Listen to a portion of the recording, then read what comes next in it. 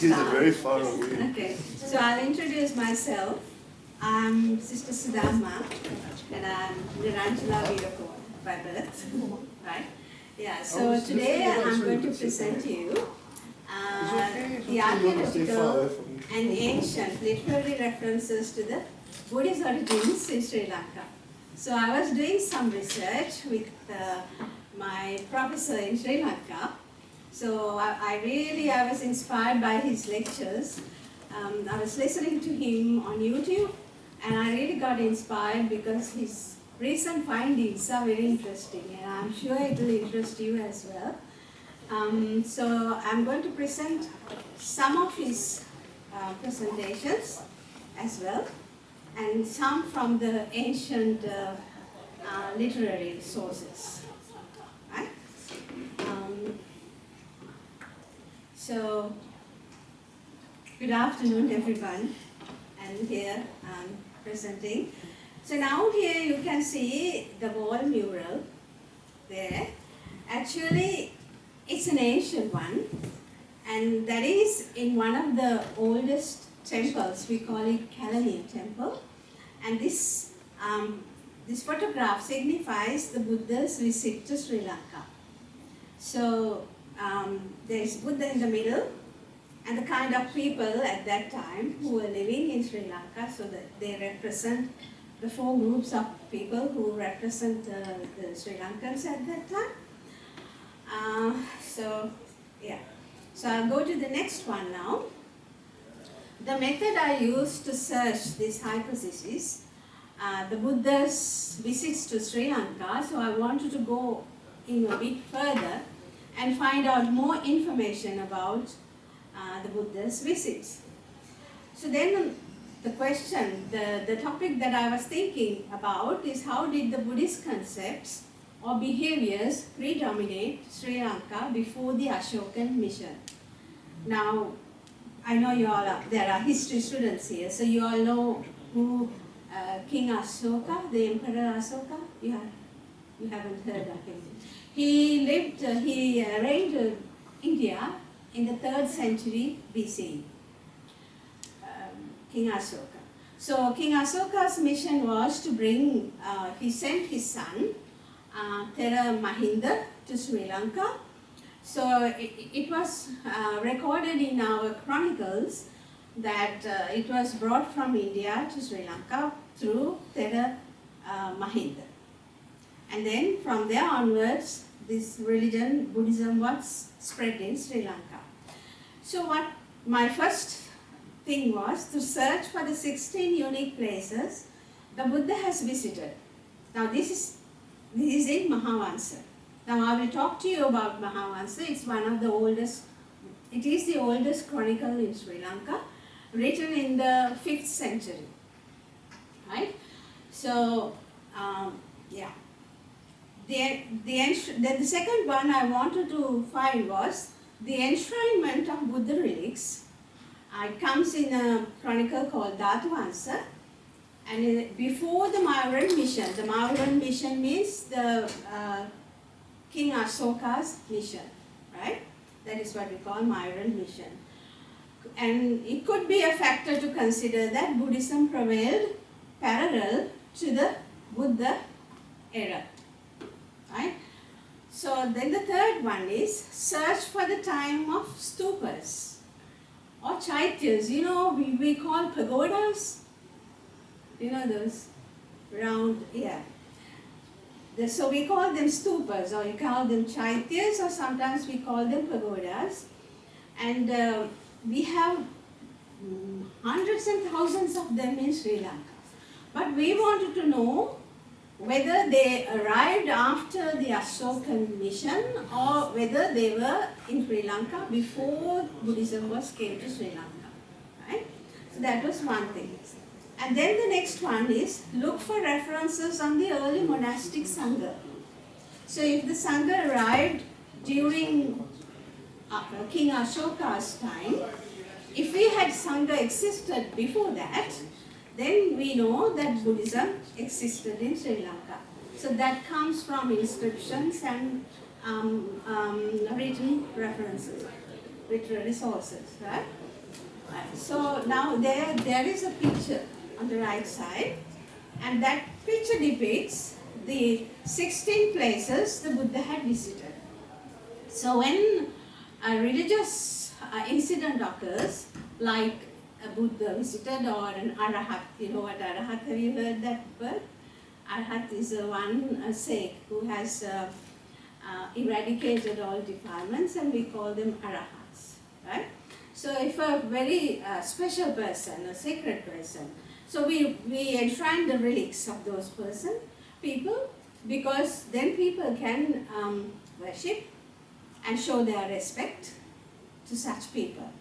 So now these shrines are regarded as relics. All Buddha relics are enshrined in these shrines. So we have 16 of these where the Buddha has visited, and so these are the places. So now I'm going to introduce the two ancient chronicles. Now these two ancient chronicles are the chronicles that you can find. They are the oldest that you can find, right? Oldest chronicles are regarded to Buddha's life, right? You can't find anything older than that. So the first, has it gone to one side?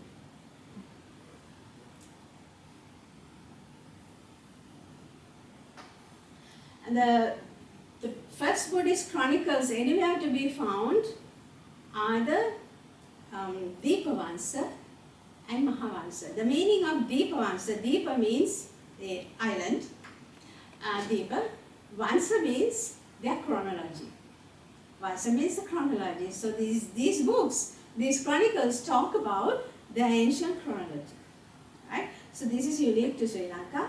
So Dipawansa is about the kings of Ceylon, of Sri Lanka, and it talks about the Buddha's visits to Sri Lanka, how Buddhism was brought to Sri Lanka, and these chronicles also discuss about how the relics were enshrined in Sri Lanka, and all the details are there about the Sri Lankan history. And then so that Dipawansa was actually originated in the 4th century, but Mahavansa is the famous one, a later attribute. Mahavansa was written on the 5th century. It's in the 5th century. So about 600 to 700 years after the passing away of the Buddha. So now, before these two chronicles, there was another chronicle. That was called Silattakatha, Mahavansa. That was also Mahavansa, but that was called Silattakatha. Silattakatha is actually Sila, Sihala, Sihala Attakatha. Sihala means that's the language of Sri Lanka, early language. Sihala Attakatha means Arthakatha, that means explanations, right? They give explanations to the chronicles. So every chronicle has explanations, and we call them either Attuva or Tika, or we call them sub-commentaries. So you have heard, if you are learning about Buddhism, you know, even in the Pali Canon, we have the sub-commentaries, commentaries and sub-commentaries. Because Pali Canon, the sutras, you know, the discourses of the Buddha, they don't explain the everything, all details. They only give a very summary of the discourse. But in the commentaries, they give all descriptions, where he went, what he did, and about the people around, surrounded him, and the villages after that where he visited, how people offered him things like dana. Dana is food, we call it in Buddhism, we call dana. So all those stories are written in the commentaries. So Pali Canon has its own commentary, and also this Dipawansa and Mahavansa also have their commentaries. Now this Attakatha was composed even earlier to that, and then then the person who wrote Dipawansa, Actually, we don't know the author of Dipawansa yet, but we know that there were several monks involved in that, because earlier, in early Buddhism, in Sri Lanka, the monks had the authority of the religion. So they wrote Buddhist scriptures in ola leaf. You know ola leaves? Because at that time we didn't have writing papers. So they used ola leaves. They are taken from the palmyra tree. So there's some sort of, you have to go through some things to get into that level. You have to clean them, then you have to apply certain oils and so many things, and then only you start writing, right, with the pointed, like a pen or a pencil. Then after that you have to apply something else again, another, yeah. So now we can see this picture here. Can you see that picture? They are keeping palmyra palm leaves in their hands. So this is how it started at the beginning, when there were no papers available. It's like papyrus, you know? You know papyrus? Yeah. So like that. So now, right. So in Dipawansa included the visits of the Buddha. It's very beautifully explains each and every place the Buddha visited and where the stupas were consecrated, right? So, but the thing is, they say they had some objectives. I think about 5 objectives in Dipawansa. So the first one was, it included the visits of the Buddha.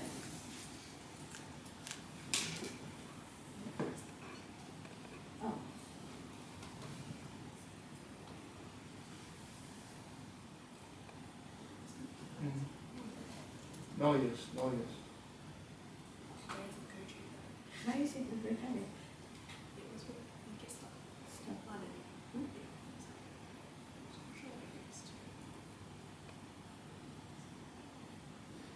It will ask you to save at the end of the. Oh, it asks you to save. Yeah, it will ask you to save at the end of I think it was before. Yeah. Is it now? It's not recorded. Okay.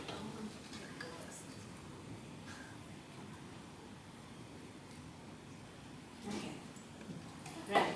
So now the objectives of the writer of Dipawansa was to include the visits of the Buddha, then bringing and enshrining the Buddha relics, then bringing the Bodhi tree, you know the Bodhi tree? Yeah. And bringing Buddhism to Lankadipa, and the arrival of the kings. That's probably from India, right? Okay. So but the chronicles, these 2 chronicles are silent about the prehistory of Sri Lanka.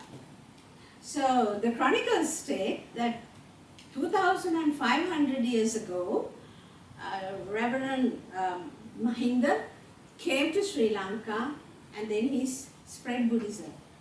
And the culture began from there, the Sri Lankan culture, everything began from there, and art and all these stupas and everything, and the relics, everything came to Sri Lanka after 2,500 years. Right? So now the academics in Sri Lanka and the archaeologists are very curious, because they find a lot of things, artifacts, they are going back to a different age, to prehistory stage, right? So, yeah. So, the chronicles state that the Buddhist doctrine first appeared after Emperor Asoka in the 3rd century BCE. But the general appearance of Buddhism had reached Sri Lanka before the Myron mission. So this is what I'm interested, and I'm sure you will be interested, because we are all doing research and we want to know new things, new findings, interesting things, right? Okay.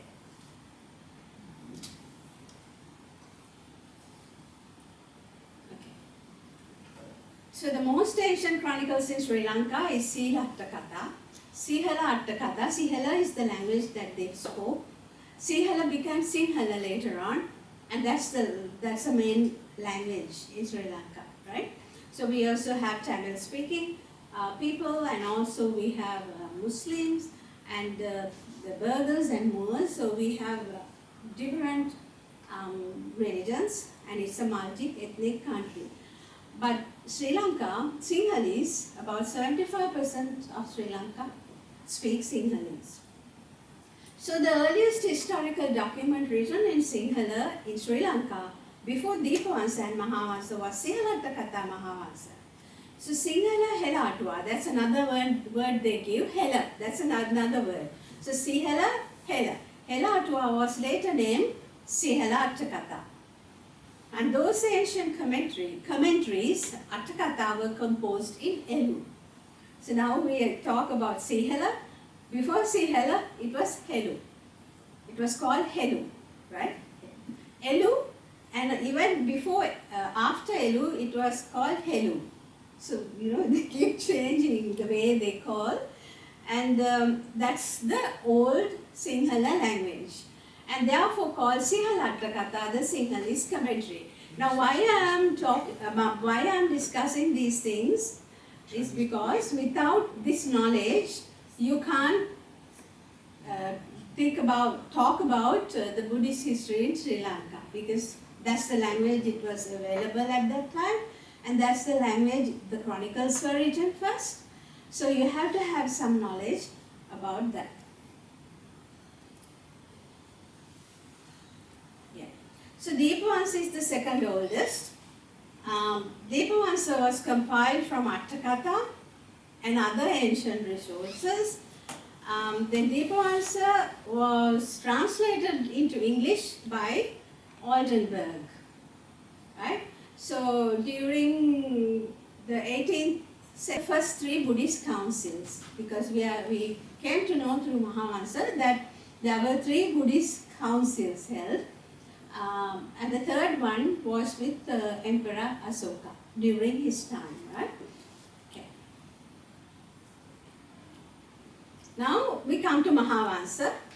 The Mahavansa actually was translated by Wilhelm Geiger. So that's Wilhelm Geiger's translation here. That book is available in Sri Lanka in the Buddhist Cultural Center, and this bottom Mahavansa, that is the one that is kept in the British Library probably, so if you want to read Mahavansa, try and get Geiger's Mahavansa, because that is more accurate. In pertaining to the translation, is it like a proper one-to-one translation, or there's some? Yeah, because Geiger's is much better. Because you also have George Turner's translation, but it's got a lot of exaggerations in that. So it's better if you go read William Geiger's. It's a much more academically accepted book, right? So this Mahavansa was first translated into German, and from German, Wilhelm Geiger, he translated into English, translated in English by Mabel Heinz-Bold. Right? So that's the book that you should be referring if you want accurate information. So these commentaries or sub-commentaries we call Atua and Tika, and these commentaries give traditional interpretations of the scriptures. Not only the chronicles, but also for Pali Canon. You can use them for Pali Canon also. So the major commentaries were based on earlier ones, now lost. They were written in Sinhala Prakrit, or in the old Sinhala language, written down at the same time as the canon in the last century BCE. So Pali Canon was first written in Sri Lanka in the 1st century BCE. It was first written for the first time. People would have written earlier, but the first known was in Sri Lanka in the 1st century BC, right?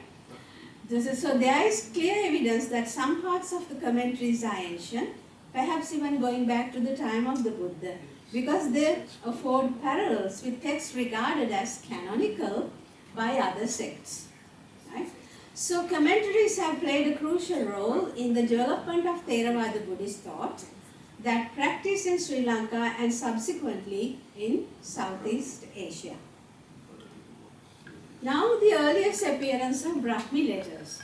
Now the earliest letters come in Brahmi. They call it Brahmi, the earliest letters in Sri Lanka. And now they date to the 5th and 6th century BCE. Right? Because earlier we were known that it came after Emperor Asoka's Buddhist mission. But now we have found potsherds in Sri Lanka with Brahmi letters. So the letters have started quite earlier than what we thought. Right? So that's interesting. So after arriving at Lankapura, I'm just using the same words. I don't say Sri Lanka because Sri Lanka is a new name, right, given to us. So at that time, the chronicles state that it was Lankapura. In the 3rd century BCE, Thera Mahinda is Emperor Asoka's son. He was a monk.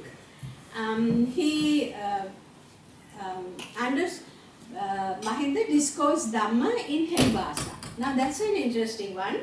The chronicles say he discoursed Dhamma in Helubhasha. Helubhasha is the language spoken by the Sri Lankans at that time. So that means Venerable Mahinda would have known Sri Lankan language, Sinhalese language, right? So people could understand learning Dhamma from Thera Mahinda effortlessly because they commonly spoke in Helu language. That's their language at that time. Most people attain the first stage of awakening. You know that we have 4 stages of awakening in Buddhism. We call them, the first stage we call it a stream enterer. The second one we say once returner. The third stage we call it never returner. And the 4th is an arahat, a saint. Have you heard of that? A saint, the 4th one. So a lot of people attained the first stage of sainthood at that time, right? So in 1988, Professor Neranjala found potsherds in Anuradhapura with Brahmi inscriptions dating to 600 to 500 BC, before Christ, right? So that means we found letters written long time before the Ashokan era.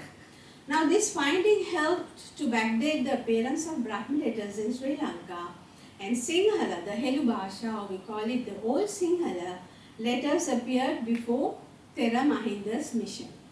Now on the right side you can see the Brahmi letters. Can you see the inscriptions written like that?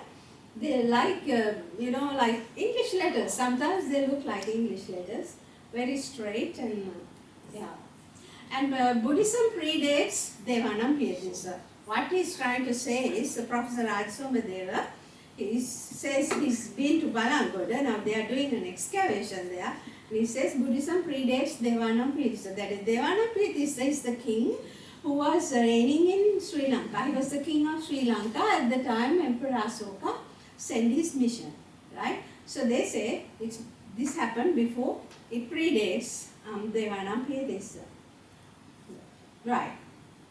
Now it's important, if you want to know the history of Sri Lanka, it is very important to know about the people who lived in Sri Lanka. And those people who lived in Sri Lanka were called Siv Hela people. Siv means 4, in Sinhalese 4. Hela means hill. The people who lived in the hills, but they were called Siv Hela because there were 4 kinds of people lived in Sri Lanka. So now Hela is an abbreviation to name the upper mountain range. The ancient people of Lanka who lived in agriculture were first known to have lived on hilltops, but not on the valleys. They started their life on the hills. So even their farming too was established on the mountains. That is because, I think, because of the floods, because Sri Lanka is a country with a lot of heavy rains, and people didn't know how to control their, because they had rivers and, well, they had rivers, and so they didn't know how to control. But later on, as they learned how to build tanks and preserve their water, probably they would have moved down to the lower lands. And that is also, they found that people lived on the hilltops, because our archaeologist, even Professor Somadeva, he has excavated some burial grounds on the hills, and they have, and all those predate the Ashokan era. So they also go to 5,000, 6,000, 4,000 BCE. So the language they spoke was Hela Bhasha. Later it turned out to be Sinhala, and now it is called Sinhala. They have put an end and they have turned to Sinhala. So sometime later this Sinhala became three Sinhala. Three means three. The four races, the four clans became three. The four, right? So Sinhala people of Lanka have four clans or races. They are called Yaksha, Yaksha, Naga and Deva. Actually, this has to be Raksha. I'm sorry about that. It's a mistake there, Yaksha. It's Raksha. And Naga and Devas. Now these were the four people when Buddha landed Sri Lanka. And you saw in the murals that they were the people. Now according to ancient books and ancient chronicles, these names are there. And also in the Pali Canon, you will see a lot of words like Yakka, Naga and Deva, right? These words are there. So they were present when Buddha landed in Lanka, according to Mahavansa. Now here you can see, when Vijaya landed, have you heard of King Vijaya? Now they say there was a King Vijaya who landed from India and he came and established the Sri Lanka. He came to Sri Lanka and he was the first king in Sri Lanka. But we had kings in Sri Lanka even before that. Now see this lady here, she was a queen. She was the daughter of a king and she was called Queenie. You must have heard of her. If you know a little bit of history of Sri Lanka, that is Queenie, the first queen in Sri Lanka. He got married to this princess. She was a princess first and then she became the queen, right? And they say that when he came, she was doing something with cotton. She was trying to, into cotton weaving, right? Spinning cotton. Now the next one. So the Sinhala people, the four Hela people were Yaksha, Naga, Deva and Raksha. Now I have written it correctly here. Yaksha. Now there is evidence of Yaksha inscriptions of the earliest indigenous people in Sri Lanka. According to Professor Somadeva, he has found a Yaksha inscription, right? Now here you can see Professor Somadeva and his students, they are all PhD students here, and at the site of the Yaksha inscription, a cave in Tamkatia, Neligala, Kaltota, right? So this is the place where they have found, because earlier, the earliest people lived in the caves. They started their life in the caves and later on they moved on, right? So there is some evidence of Yaksha inscriptions, and Professor Somadeva's findings in Kirimakulgala, Kuragala, an inscription inscribed in Brahmi letters, prove that the cave dwelling was offered to the Sangha by the Yaksas. So now there is some proof that, these people existed, not only by books, but from inscriptions as well. Then there is another Greek evidence from Greece, shows that early Sri Lankans travelled on a diplomatic mission. They belonged to a clan named Raki. An inscription was, they have recorded it in Greece, that a group from a clan named Raki, from Raksha clan, came to Greece on a diplomatic mission. And it says that they have even, the pictures are on the walls. in certain place, maybe in a museum or a library, that these Rakis have come on a diplomatic mission. So Rakshas have derived from Yakshas. They are quite similar, these two clans. And kings from the Yaksha clan used their complexion to name them. As I told you, we had kings in Sri Lanka, and they used their complexion because they were dark. The Yakshas were a bit aggressive, but they were very strong, and they are the ones who did most of the stone-made implements, like, even the stupas and, very hard-working skills were done by these Yaksha group, right? So they were dark people, and they used their complexion to name them. So like Abasalamevan, there was a king called Abasalamevan, that means the color of the dark sky. And Shila Megavanna, the color of the rocks, that means the color of the rocks. Right? So there were kings like that.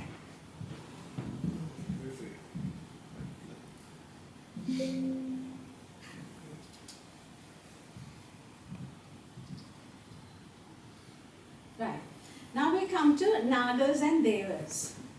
Now we talk about Yaksha, Raksha. Now I'm going to give you some evidence of Nagas and Devas because we find inscriptions here and there. They are written in books, but also these are first-hand information taken from the inscriptions, right?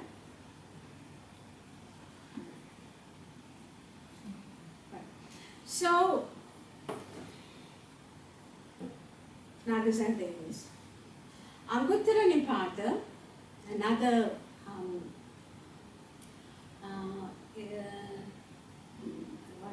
into three groups.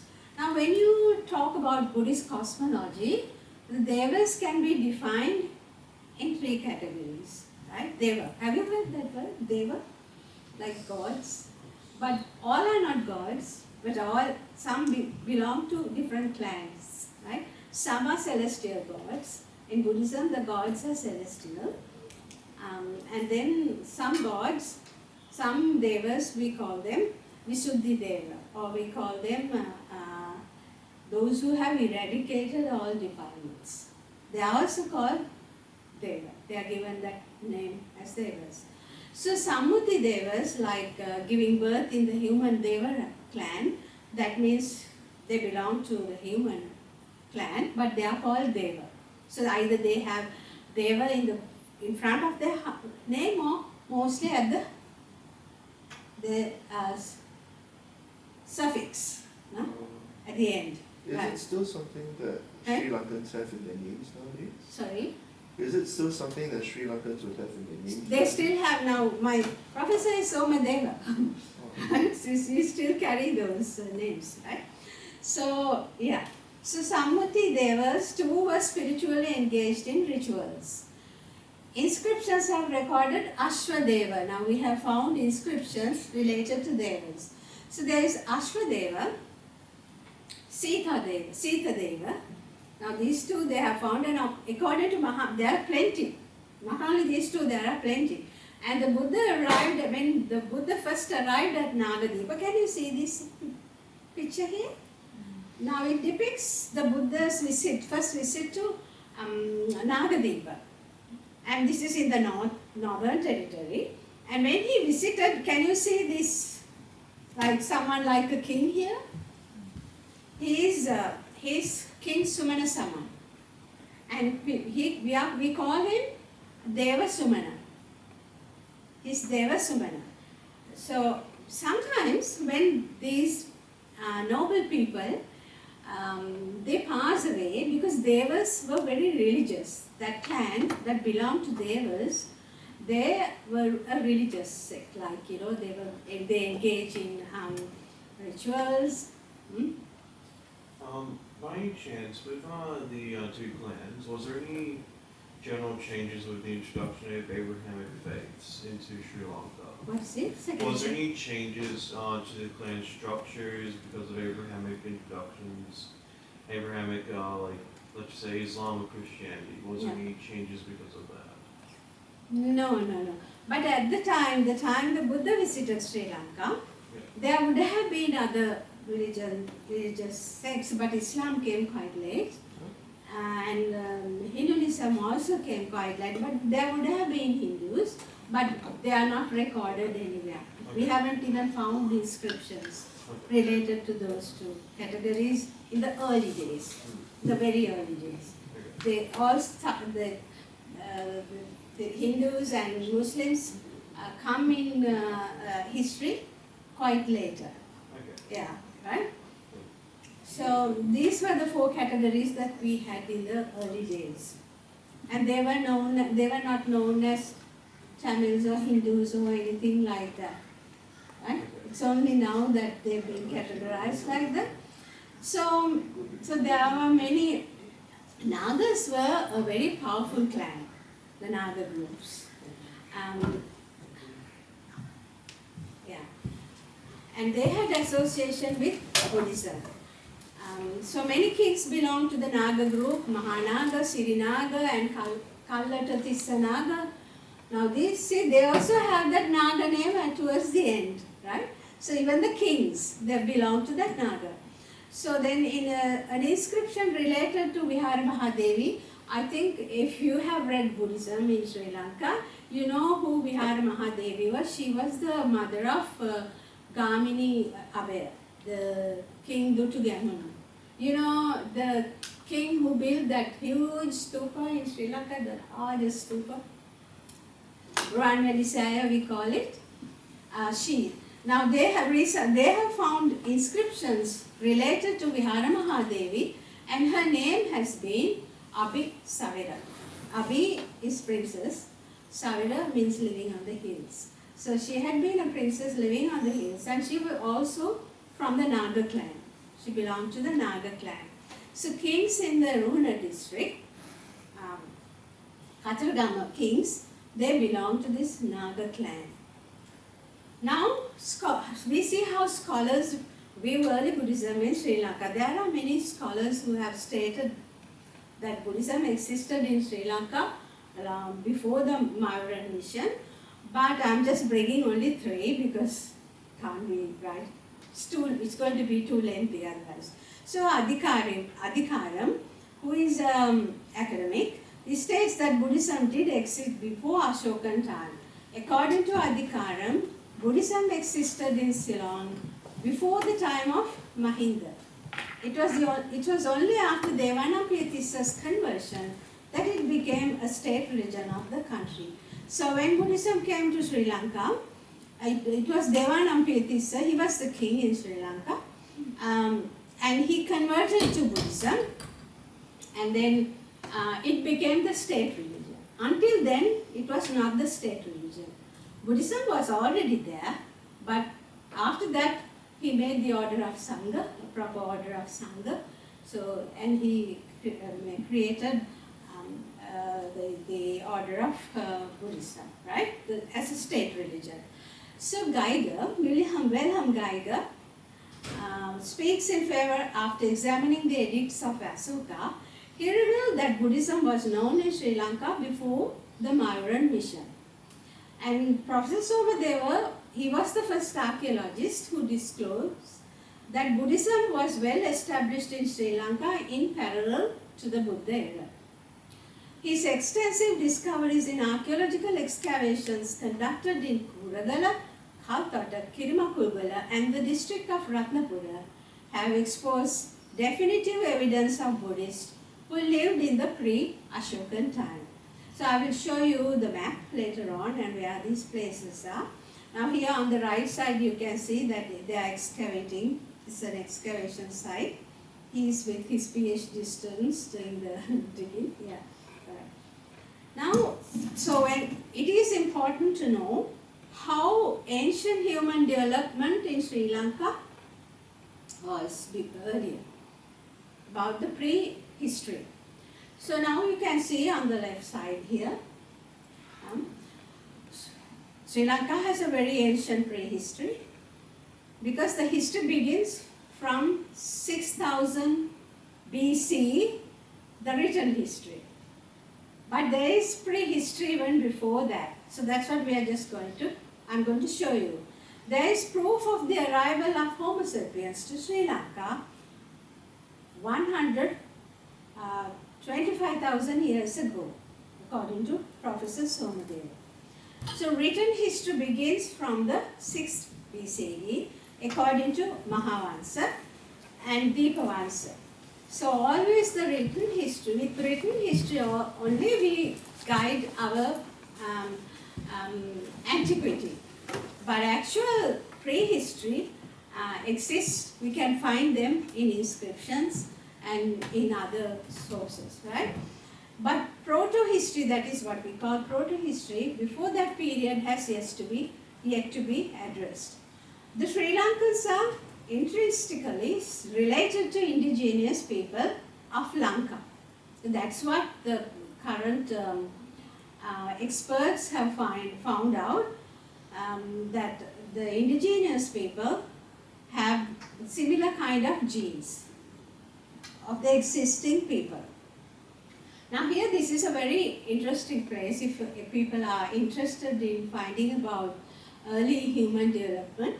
This Minihagal Khanda, this is in Hambantota district, it has ancient evidence of humans.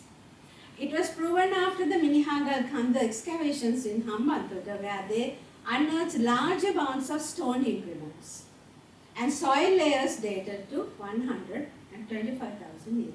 So if you go to Minihagal Khanda, anybody can collect stone implements, because you can see the layers have been, washed away for the sea erosion, and then they are just available everywhere, the stone implements.